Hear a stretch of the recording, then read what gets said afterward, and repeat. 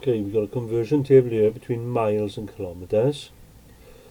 Okay, so we're fortunate in this question, and they do give us one comparison. 100 miles is the same as 160 kilometres. Okay, so that's what's going to help me convert my miles to kilometres. So 100 miles is 160 kilometres. If I divide this by 10, then that'll tell me that 10 miles is the same as 16 kilometres. And if both are even here, if I divide this by 2, that gives me 5 miles. Divide 16 by 2 is 8.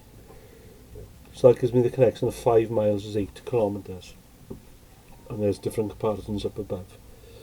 Okay, now then for your exam, you do need, I say fortunate you're that's given in the table, but you do have to know, you should know that 5 miles is equivalent to 8 kilometres. Now then, the first thing I need to find out is how many kilometres is 15 miles? Well, 15 miles, okay, if 5 miles is 8 kilometres, then to get to 15 miles, I divide I times the 5 by 3. Okay, so if I times that by 3, I get to 15. If I times that by 3, 3/8 are 24. So 15 miles is the same as 24 kilometres. This one, I want to know what 120 kilometres is. So I've got 8 kilometres is 5 miles. Now what do I do to the 8 to get up to 120? Well, I'm going to times it by but I need to know by how much. How many 8s are in 120? So I'll just do that calculation here. 8 into 120. 8 into 12 goes once and 4 left over. 8 into 40 goes 5 times. So to go from 8 to 120, I need to times by 15.